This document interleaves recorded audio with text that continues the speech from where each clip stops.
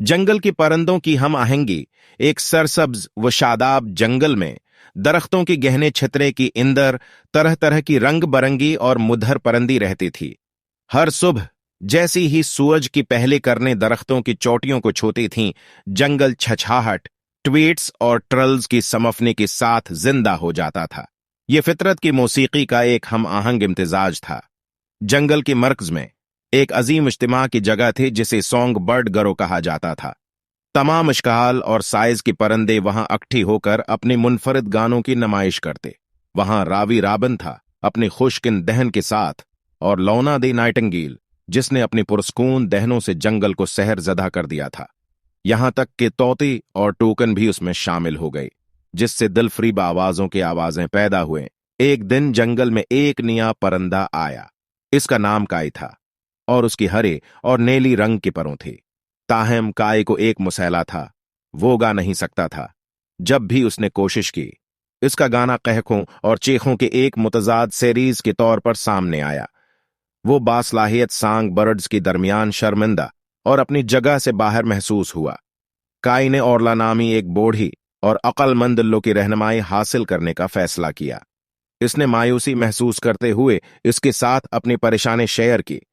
Orla ने गौर से सुना और फिर आहिस्ता से मुस्कुरा दिया। इसने काई को बताया कि अग्रच गाना एक शानदार तहफा था। इसके अलावा और भी तरीके थे जिनसे वो जंगल की हम आहंगी में हिस्सा डाल सकता था। काई ने ओरला की नसीहत को दिल पर लिया। इसने अपनी दूसरी सलाहियतों को तलाश करना शुरू किया। वो एक बेहतरीन मैसेंजर बन गया, जंगल की एक सरी से दूसरी सरी तक तेजी से परवाज करता, अहम खबरें और पैगामात पहुंचाता। इसने परिंदों के लिए खुराक की मुस्तकिल फराहमी को यकीनी बनाते हुए पहल और बीज जमा करने में भी मदद की।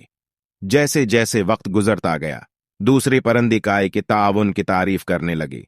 उन्होंने महसूस किया कि जंगल की हम आहंगी सिर्फ गाने की बारी में नहीं है, ये इन मुनफरिद किरदारों की बारी में था जो हर परिंदी ने फितरत की नाजुक तवाजुन को बरकरार रखने में अदा किया है। एक दिन जंगल में जबरदस्त तूफान आया जिसने तबाही मचा दी। दरख्त जड़ों से अखड़ गई, घोंसली तबाह हो गई और जंगल भी हाल हो गया। परिंदी मायूस थी और नहीं जानती थी कि अपनी एक बार हम आहंग घर को कैसी बहाल करें। लेकिन काए समत की अपने घरी एहसास और तेज परवाज के साथ परिंदों को महफूज पनाह गाहों में ले गया। इसने अपनी घोंसली बनाने के लिए नई जगह तलाश करने में उनकी मदद की और जंगल में जिंदा रहने के बारे में अपनी हुकमत का इश्तिराक किया। परिंदों ने अपने घरों को दोबारा बनाने और अपने अर्द गर्द की खूबसूरती को बहाल करने के लिए मिलकर काम किया। अपने एमाल के जरिए काई ने साबित किया कि उनकी शराकतें दूसरी परिंदों के गानों की तरह है कीमती थीं। जंगल के परिंदों ने सीखा कि हम आहंगी न सिर्फ मौसीकी के दहनों से आती है, बल्कि मुतनव्विअ सलाहियतों के इत्तेहाद और एक दूसरे की मदद करने की ख्वाहिश से भी आती है। और इस तरह जंगल के दिल में एक नई राग ने जन्म लिया।